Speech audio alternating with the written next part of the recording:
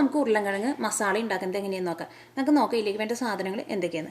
ഞാനിവിടെ 3 വലിയ ഉരുളൻകിഴങ്ങ് എടുത്തിട്ടുണ്ട്. അത് കുറച്ച് വലിയ പീസായിട്ട് തന്നെ കട്ട് ചെയ്തെടുക്കാം.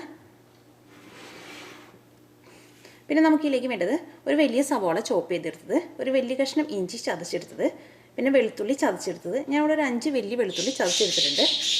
പിന്നെ പച്ചമുളക്, അത് നമ്മുടെ എരിവിനനുസരിച്ചെടുക്കാം. ഞാനിവിടെ ഒരു പച്ചമുളക് മാത്രമേ എടുത്തിട്ടുള്ളൂ. പിന്നെ വേപ്പിൻ്റെ ഇല. പിന്നെ നമുക്ക് ഇതിലേക്ക് വേണ്ടത് തക്കാളി.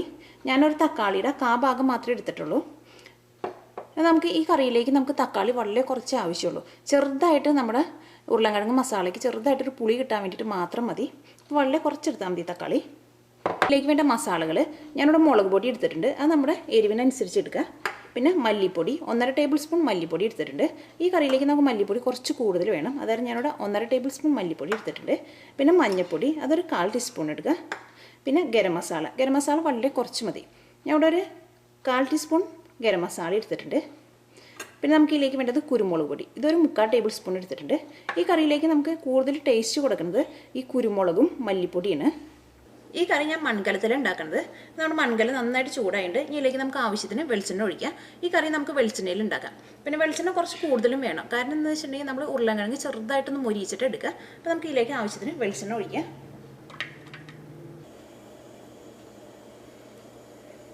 ഇതിലേക്ക് വെളിച്ചെണ്ണ നമ്മൾ ഇതിലേക്ക് കൂടുതൽ ചേർത്തത് എന്താണെന്ന് വെച്ചിട്ടുണ്ടെങ്കിൽ ഇതിലേക്ക് നമ്മൾ ഉരുളൻകിഴങ്ങ് വേവാൻ വേണ്ടിയിട്ട് വേറെ സെപ്പറേറ്റ് വെള്ളം നമ്മൾ ചേർക്കില്ല. അത് വെളിച്ചെണ്ണയിൽ കിടന്നിട്ട് ചെറുതായിട്ട് മൊരിഞ്ഞെടുക്കണം. അപ്പോൾ നമ്മുടെ വെളിച്ചെണ്ണ നന്നായിട്ട് ചൂടായിട്ട് ഇതിലേക്ക് നമുക്ക് വേപ്പിൻ്റെ ഇല ചേർക്കാം.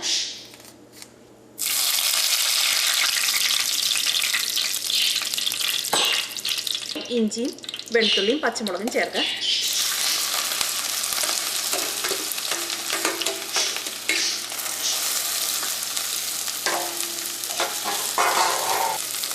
ഈ സവാളയ്ക്ക് ചെറുതായിട്ടൊന്ന് മുരിയണം. അപ്പോൾ നമ്മുടെ സവാളയും ഇഞ്ചിയും വെളുത്തുള്ളിയും മൊരിഞ്ഞിട്ടുണ്ട്.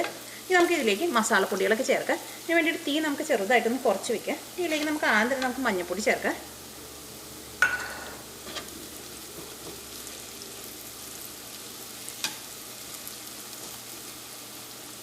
മഞ്ഞൾപ്പൊടി എണ്ണയിൽ കിടന്ന് മൊരിഞ്ഞിട്ടുണ്ട്. ഇതിലേക്ക് നമുക്ക് മല്ലിപ്പൊടി ചേർക്കാം. ഈ മല്ലിപ്പൊടി നമുക്ക് എണ്ണയിലിട്ട് നന്നായിട്ടൊന്ന് മൊരിക്കാം. നമുക്ക്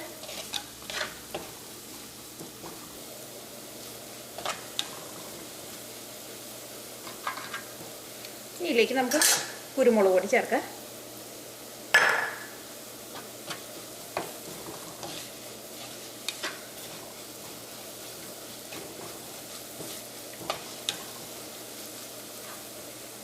മുളക് പൊടി ചേർക്കാം.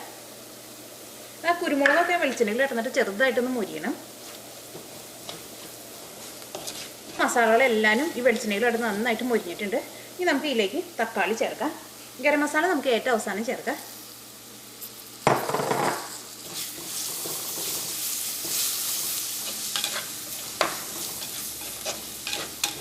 ഇതിലേക്ക് നമുക്ക് ഉപ്പ് ചേർക്കാം. അപ്പം നമുക്ക് ആ തക്കാളി പെട്ടെന്നൊന്ന് വെന്ത് കിട്ടും. ഇനി നമുക്ക് മൂടി വെച്ചിട്ട് തക്കാളി ആദ്യം തന്നെ നമുക്കൊന്ന് വേവിക്കാം. കാരണം തക്കാളി വളരെ കുറച്ചേ ഉള്ളൂ. അതായത് തീ നന്നായിട്ട് കുറച്ച് വെച്ചിട്ട് വേണം ഇത് വേവിക്കാൻ വേണ്ടിയിട്ട്. നമുക്ക് മൂടി വയ്ക്കാം. നമുക്ക് അപ്പോൾ നമ്മുടെ തക്കാളി നന്നായിട്ട് വെന്തിട്ടുണ്ട്. ഇതിലേക്ക് നമുക്ക് ഉരുളൻകിഴങ്ങ് ചേർക്കാം.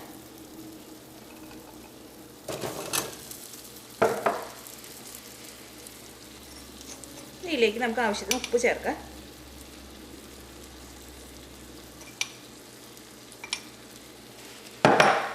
ഇതെല്ലാം കൂടിയിട്ട് നമുക്കൊന്ന് മിക്സ് ചെയ്യാം. നമുക്ക്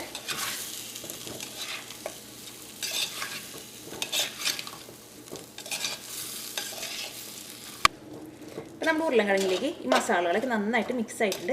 ഇനി നമുക്ക് മൂടി വെച്ചിട്ട് നമുക്ക് ഈ ഉരുളൻകിഴങ്ങ് നമുക്ക് വേവിച്ചെടുക്കാം. അത് നമ്മൾ കുറച്ച് കൂടുതൽ സമയം എടുത്തിട്ട് വേണം ഇത് വേവിച്ചെടുക്കാൻ വേണ്ടിയിട്ട്. കാരണം എന്താ വെച്ചിട്ടുണ്ടെങ്കിൽ നമ്മൾ ഇതിലേക്ക് വെള്ളം ചേർത്തിട്ടില്ല. അത് കാരണം തീ ചെറുതായിട്ട് കുറച്ച് വെച്ചിട്ട് വേണം വേവിച്ചെടുക്കാൻ വേണ്ടിയിട്ട്. ഇടയ്ക്ക് നമുക്കൊന്ന് ഇളക്കി കൊടുക്കുകയും വേണം. നമുക്ക് മൂടി വയ്ക്കാം. നമുക്ക് ഈ ഇടയ്ക്ക് നമുക്ക് കറി നമുക്കൊന്ന് ഇളക്കിയിട്ട് കൊടുക്കാം. നമുക്ക്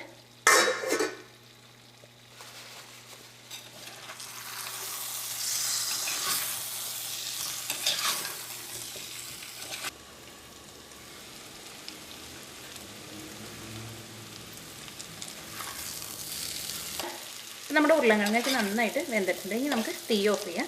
അപ്പോൾ നമ്മുടെ ഉരുളൻകിഴങ്ങ് മസാല റെഡി ആയിട്ടുണ്ട്. ഇനി നമുക്ക് വേണമെന്നുണ്ടെങ്കിൽ നമുക്ക് ഇതിലേക്ക് കുറച്ച് മല്ലിയുടെ ഇലയും കൂടി ചേർക്കാം നമുക്ക്.